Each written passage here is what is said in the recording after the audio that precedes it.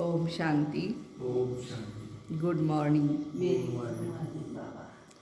मीठे बाबा के 19 अगस्त 2022 के महावाक्य है। मीठे बच्चे, अभी तुम्हें सारे विश्व के आदि मध्य अंत की रोशनी मिली है। तुम ज्ञान को बुद्धि में रख सदा हर्षित रहो। आदि मध्य अंत की हमें रोशनी मिली है, तो हमें हर्षित भी रहना है। प्रश्न है, अभी तुम बच्चों की बहुत ज़बरदस्त तकदीर बढ़ रही है, कौन सी और कैसे? उत्तर है, अभी तुम श्रीमत पर चल 21 जन्मों के लिए बाप से बेहद का वर्षा ले रहे हो। श्रीमत पर तुम्हारी सब मनोकामनाएं पूरी हो रही है। यह तुम्हारी ज़बरदस्त तकदीर है। बाबा कहते हैं, तुम 84 जन्म लेने वाले बच्चे ही चक्र लगाकर अभी ब्राह्मण बने हो, फिर क्या बनेंगे? देवता बनेंगे। ऊंची तकदीर तब बनती है जब बुद्धि योग बल और ज्ञान बल से, एक बुद्धि योग बल और दूसरा ज्ञान बल से माया रावण पर जीत पाते हो। तुम्हारी बुद्धि में है, हम बाबा के पास आए हैं अपनी तकदीर बनाने, अर्थात श्री लक्ष्मी श्री नारायण का पद पाने के लिए। गीत है आज का, तकदीर जगाकर आई हूँ, एक नई दुनिया बसाकर लाई हूँ। ओम शांति। यह भगवान की पाठशाला है, यहाँ है ही भगवान वाच बच्चों के प्रति। गीत की पहली लाइन है, तकदीर जगाकर आई हूँ। हमें ये कहने की जरूरत नहीं कि हमारी तकदीर कैसी है, हमारा भाग्य कैसा है। बाबा कहते हैं, उज्जवल भाग्य है आपका। इस ईश्वरीय पाठशाला या बेहद की बाप की पाठशाला पे आप आए हो। भगवान तो एक कोई कहा जाता है, भगवान अनेक नहीं होते। सभी आत्माओं का बाप एक है। अब एक बाप और अनेक बच्चों का यह है संगठन व मेला। ज्ञान सागर और ज्ञान नदियाँ, पानी के सागर को ज्ञान सागर नहीं कहेंगे। ज्ञान सागर से यह ज्ञान नदियाँ निकलती है, उनका यह मेला है। हम सभी ज्ञान की नदियाँ हैं। वह है भक्ति, यह है ज्ञान। ज्ञान को कहा जाता ब्रह्मा का दिन सतयुग त्रेता, और भक्ति है रात द्वापर कलयुग। सतयुग त्रेता में है ही सदगति, सुखधाम में जाना होता है। सदगति तो एक बाप ही करेंगे, वह है सदगति दाता। तुम्हारी अब सदगति हो रही है, अर्थात तुम पति से पावन बन रहे हो। राजयोग सीख तमो प्रधान से सतो प्रधान बन रहे हो। सतो प्रधान बनेंगे तभी स्वर्ग में जाएंगे ना, फिर सतो प्रधान से तमो प्रधान तुम कैसे आते हो? ये चक्र है। भारत स्वर्ग था, उसमें श्री लक्ष्मी श्री नारायण का राज्य था। अभी तक भी मंदिर आदि बनाते रहते। सतयुग में यह थे जरूर। क्यों बनाते हैं?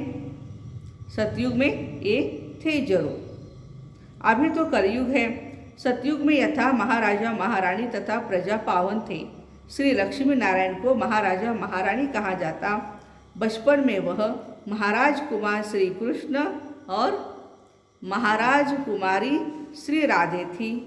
आज कहते हैं श्री कृष्ण जन्माष्टमी है। अब अष्टमी क्यों कहा गया है? शास्त्रों का भी जो सार है वह तुमको समझाया जाता है। चित्रों में दिखाते हैं, विष्णु की नाभि से ब्रह्मा निकला। ऐसे नहीं कि विष्णु बैठ ब्रह्मा द्वारा शास्त्रों का सार समझाते हैं। विष्णु बैठ ब्रह्मा द्वारा शास्त्रों का सार नहीं समझा सकते। विष्णु तो सतयुग में है। शिव बाबा समझाते हैं, परम पिता परमात्मा शिव परम धाम से आकर ब्रह्मा तन का आधार ले कहते हैं, तुमको मैं राह समझाता हूँ। मनुष्य इतनी मेहनत करते, भक्ति करते हैं, मिलता कुछ भी नहीं है। मिलता है लेकिन अल्पकाल का मिलता है। इसलिए भगवान कहते हैं, जब भक्ति पूरी होती है तब मैं आता हूँ, क्योंकि तुम्हारी पूरी दुर्गति हो गई है। सतयुग त्रेता में तुम अपना राज्यभाग्य पाते हो। सूर्यवंशी चंद्रवंशी, फिर तुम गिरते जाते हो। यह सब बुद्धि में याद रखना है। तुम बच्चों को अब सारे विश्व के आदि मध्य अंत की रोशनी मिली हुई है, और कोई की बुद्धि में यह रोशनी नहीं है। सतयुग में क्या था?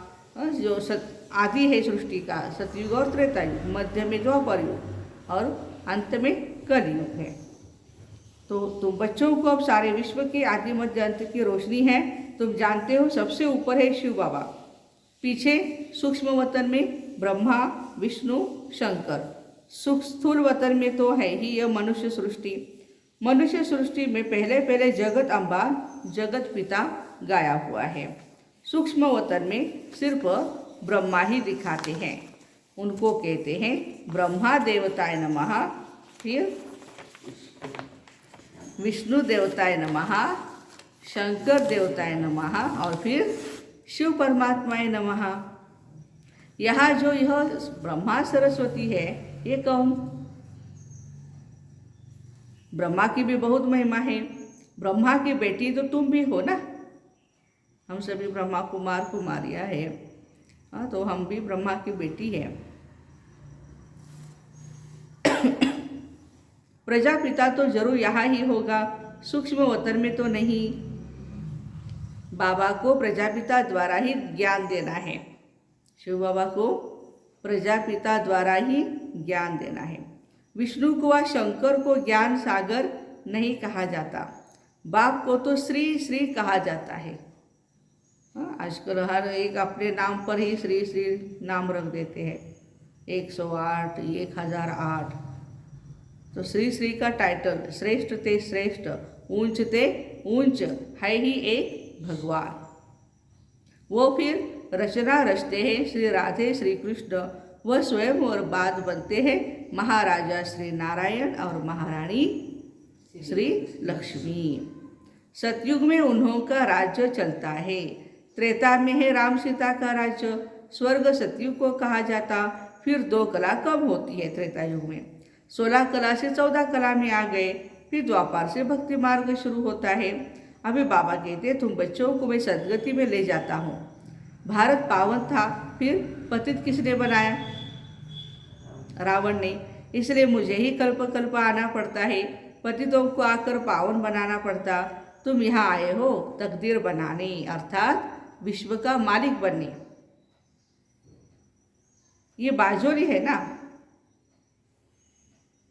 बाबा समझाते हैं यह बुद्धि में रखो, तुम ही सो देवी देवता थे, अब ब्राह्मण बने हो फिर देवता बनेंगे। पहले पहले है चोटी, उसके ऊपर है शिव बाबा। फिर यह ब्राह्मणों की रचना रची, एडॉप्ट किया। जैसे बाप बच्चों का पिता है, वह हुए हद के पिता, और यह है बेहद का पिता। प्रजापिता ब्रह्मा को ग्रेट ग्रेट ग्रैंडफादर कहा जाता है। इस संगम पर उनकी महिमा है, जबकि शिव बाबा आकर एडॉप्ट करते हैं ब्रह्मा सरस्वती और तुम बच्चों को। अभी फिर तुमको पावन बना रहे हैं। तुम जानते हो हम बाबा से फिर से वर्षा लेने आए हैं, कल्प कल्प लेते आए हैं। फिर जब रावण राज्य शुरू होता है तो गिरना शुरू होता, अर्थात पावन से पतित बनते हैं, नीचे गिर जाते हैं ना। सतयुग से द्वापर कहीं करते। अब सारी सृष्टि में किसका राज्य है? रावण का राज्य है, इसलिए सब दुखी है, शोक वाटिका में है। सतयुग में दुख की बात नहीं होती, यहाँ है दुख की बातें। आज है श्री कृष्ण जन्माष्टमी। कहते हैं देवकी को 8वां नंबर बच्चा श्री कृष्ण पैदा हुआ। अब 8वां नंबर कृष्ण जन्म लेगा क्या? कृष्ण का जन्म तो होता है सतयुग में, वो वैकुंठ का फर्स्ट प्रिंस है, उन्हें फिर द्वापर में ले गए। है तो सतयुग का महाराजा महाराज कुमार। तो ये गपोड़ा हुआ ना। अब तुम बच्चे जानते हो, अभी वह आत्मा अंतिम जन्म में पड़ रही है। कौन? ब्रह्मा बाबा, ये श्री कृष्ण की आत्मा है, जन्म लेते लेते लेते आ गई है। तो सतयुग में कृष्ण के माँ बाप को 8 बच्चे तो होते नहीं। वहाँ अष्टपुत्र सौभाग्यवती कहने की जरूरत नहीं है, इष्टपुत्र है वहाँ पर। तो 8 बच्चे नहीं होते हैं। ये 2 से 4 5 6 ये तो बाद में, द्वापर युग के बाद ये इतने बच्चे पैदा करते हैं। नहीं तो सब मर्यादा पुरुषोत्तम है तो 2 ही बच्चे रहेंगे सभी को। ये शास्त्र में ड्रामा अनुसार सब पहले से ही बने हुए हैं। अब बाप सभी शास्त्रों का सार समझाते, भगवान आज तुमको यह ज्ञान सुनाते हैं। इसमें श्लोक गीता आदि की बात नहीं, ये तो पढ़ाई है। बाकी यह शास्त्र आदि सब भक्ति मार्ग की सामग्री है। भक्ति शुरू होने से ही पहले पहले शिव बाबा का सोमनाथ मंदिर बनाते। पहले पहले होती है शिव बाबा की अव्यभिचारी भक्ति। हाँ, अव्यभिचारी भक्ति किसकी है? शिव बाबा की है, सोमनाथ का मंदिर। और यह है शिव बाबा का अव्यभिचारी ज्ञान, जिससे तुम पावन बनते हो। भक्ति के बाद वैराग्य गाया जाता है। तुमको इस सारी पुरानी सृष्टि से वैराग्य है, तभी तो आए हैं ना यहाँ। पुरानी सृष्टि का जरूर विनाश हो, तब फिर नई स्थापना हो। यह वही महाभारत लड़ाई है जो कल्प पहले भी हुई थी। मुसल आदि नेचुरल कैलेमिटी जो हुई थी वो फिर होनी है। देवताएं कभी पतित दुनिया में पैर धर नहीं सकते या पैर नहीं रख सकते। महालक्ष्मी का भी आह्वान करते हैं, आती है महालक्ष्मी। ऐसे किसी के पास ऐसे आई है, आकर के वरदान दिया। हाँ, जो कमाएगा, जो अच्छी तरह से मेहनत करेगा, उसके पास ही पैसा आएगा। पैसे को महालक्ष्मी बोलते हैं, लक्ष्मी है वो। अच्छा ठीक है भाई। हाँ, लेकिन इस महालक्ष्मी को हम कहाँ भेजते हैं? इस कलयुग में उसका विनियोग जो है, पैसे का उपयोग कैसे करते हैं? हर वर्ष उनसे धन मांगते हैं। लक्ष्मी नारायण दोनों इकट्ठे हैं। महालक्ष्मी को 4 भुजा दिखाते, दीपमाला पर भी उनकी ही पूजा करते हैं। हर वर्ष भारतवासी भीख मांगते हैं महालक्ष्मी के सामने जाकर। यह है विष्णु के 2 रूप। मनुष्य इन बातों को कोई नहीं जानते। इस समय तो है ही प्रजापिता आदिदेव और जगदम्बा आदिदेवी। अभी श्रीमत पर तुम्हारी सब मनोकामनाएं पूर्ण हो रही है। तो 21 जन्म के लिए बाबा कहते हैं तुम राज्य भाग्य लेते हो। यह ब्रह्मा है साकारी पिता और शिव बाबा है निराकारी पिता। वर्षा तुमको उनसे मिलना है, शिव बाबा से। वह है स्वर्ग का रचयिता। तुम 21 जन्मों के लिए वर्षा पा रहे हो। कितनी ज़बरदस्त तुम्हारी तकदीर है। भाग्य भी हमारा बहुत ज़बरदस्त है। ये भी जानते हो आएंगे यहाँ वही जिन्होंने 84 जन्मों का चक्र लगाया है। वही आकर ब्राह्मण बनेंगे और ब्राह्मण फिर देवता बनेंगे। अभी तुम बच्चे किसकी जयंती मनाएंगे? तुमको लक्ष्मी नारायण की मनानी पड़ेगी ज्ञान सहित। वह छोटेपन में राधे कृष्ण तो दोनों को मनानी पड़े। सिर्फ कृष्ण की क्यों मनाते श्री कृष्ण जन्माष्टमी? राधे की भी मनानी चाहिए ना। वो तो कृष्ण को द्वापर में ले गए। राधे और कृष्ण तो दोनों अलग अलग घर के हैं, एक घर के नहीं होते हैं। फिर मिलते हैं तो दोनों की इकट्ठी बनानी चाहिए। नहीं तो समझते नहीं कृष्ण का जन्म कब हुआ। तुम अब समझते हो कृष्ण का जन्म सतयुग आदि में हुआ था। राधे का भी सतयुग आदि में ही कहेंगे। करके 2-4 वर्ष का ही अंतर होगा। देखो दोनों में कितना अंतर है, 2 या 4 साल का, ज़्यादा अंतर नहीं है। देखो तुम्हारे लिए सबसे सर्वोत्तम तो है ही शिव जयंती। बस मेरा तो एक शिव बाबा, दूसरा न कोई। तुम अब देवता बन रहे हो, श्री लक्ष्मी नारायण राम सीता बन रहे हो, यह भी समझाया है। राम सीता को क्षत्रिय और चंद्रवंशी क्यों कहा जाता? जो नापास होते हैं वह चंद्रवंशी घराने में आते हैं। यह है माया के साथ युद्ध। बाबा आउट ऑफ 100% में से 100% जिनको मिलते हैं उनको पास कहते हैं, और 99% है तो उसको बाबा नापास कहते हैं। वैसे तो वो भी अच्छी कमाई है, अच्छे मास होते हैं। श्री राम श्री सीता बनना भी कोई कम बात थोड़ी है। तो बाबा कहते हैं कि रावण पर विजय प्राप्त करते हो इस युद्ध के मैदान में। बाकी पांडवों और कौरवों की लड़ाई है नहीं, तुमको माया पर जीत पानी है। बाबा आत्माओं को कहते हैं मामेकम याद करो तो तुम्हारे विकर्म विनाश होंगे और माया पर जीत हो जाएगी। बुद्धि योग बल और ज्ञान बल से माया पर विजय प्राप्त करनी है। बुद्धि योग बल और ज्ञान बल से माया पर विजय प्राप्त करनी है। भारत का प्राचीन योग बल मशहूर है। राजयोग है ना, जिससे तुम रावण पर जीत पाकर राज्य लेते। बड़े थे बड़ी तकदीर है ना। मुख्य बात है बेहद बाप को और 21 जन्म सदा सुख के वर्षे को याद करना है। सेकंड में स्वर्ग की बादशाही। जब तक बाप की पहचान बुद्धि में नहीं बैठी है तब तक समझ नहीं सकेंगे। यहाँ कोई साधु संत आदि भी नहीं है कोई? यहाँ तो बस परमात्मा बाप है और हम उनके बच्चे बैठे हैं। न कोई गीता व शास्त्र आदि सुनाते जैसे साधु लोग सुनाते। गांधी भी गीता सुनाते थे, फिर गाते थे पतित पावन सीताराम रघुपति राघव राजा राम। अब गीता तो भगवान ने गाई है। भगवत गीता माना भगवान ने गाया हुआ गीत है जिससे सबकी सद्गति हो जाती है।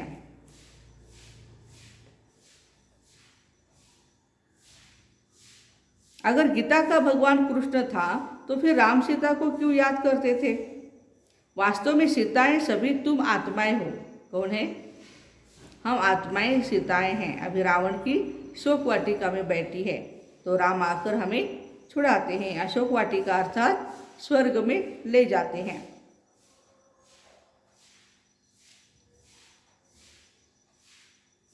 तो राम है निराकार भगवान, सभी भगत है, पुकारते हैं राम, हे भगवान आप आकर हम सीताओं को पावन बनाओ। फिर रघुपति राघव राजा राम कह देते, सुनी सुनाई बातों को पकड़ लेते हैं। फिर गंगा को एक तरफ कहते रघुपति राघव राजा राम पतित पावन सीताराम और दूसरी तरफ कहते हैं पतित पावन गंगा है। अच्छा, उसको क्यों कहते? भक्ति मार्ग में बहुत वहाँ जाते हैं, वर्ष वर्ष मेला लगता है गंगा पर, वहाँ जाकर बैठते हैं। तुम बैठे हो ज्ञान सागर शिव बाबा के पास, वो फिर पानी में जाकर स्नान करके आते हैं। पावन तो बनते नहीं, पतित ही बनते आए हैं। तुम तो अभी ज्ञान मार्ग में हो ना, तुम अभी वहाँ नहीं जाएंगे। सच्चा सच्चा संगम यह है, जबकि आत्माएं परमात्मा अलग रहे बहुकाल। परमपिता परमात्मा से बहुत समय से कौन बिछड़ते? वही जो पहले पहले सतयुग में थे, तो जरूर उनसे ही पहले भगवान मिलेंगे ना, पहले वही आएंगे। यहाँ जरूर पढ़ना पड़े। जो स्कूल में नहीं आएंगे तो वो क्या सुनेंगे? जो आएंगे स्कूल में पढ़ेंगे अच्छी तरह से, वही आगे बढ़ेंगे ना। गुए गुए पॉइंट्स कैसे समझेंगे? कोई कहते हैं हमें फुर्सत नहीं मुरली सुनने के लिए, पढ़ने के लिए हमें फुर्सत नहीं, ऐसे भी कहने वाले बच्चे हैं बाबा के। बाबा कहते हैं ये बच्चे सच्ची कमाई है। मुरली सुनना सुनाना ये भी क्या है? सच्ची कमाई है। वो है झूठी, उसके पीछे इतने लगे पड़े हो। तुम तो पदमपति बनते हो, बाकी इस समय यह तो झूठी साहूकारी है। भल कितने भी लखपति है, करोड़पति है, गवर्नमेंट भी उनसे कर्जा लेती है।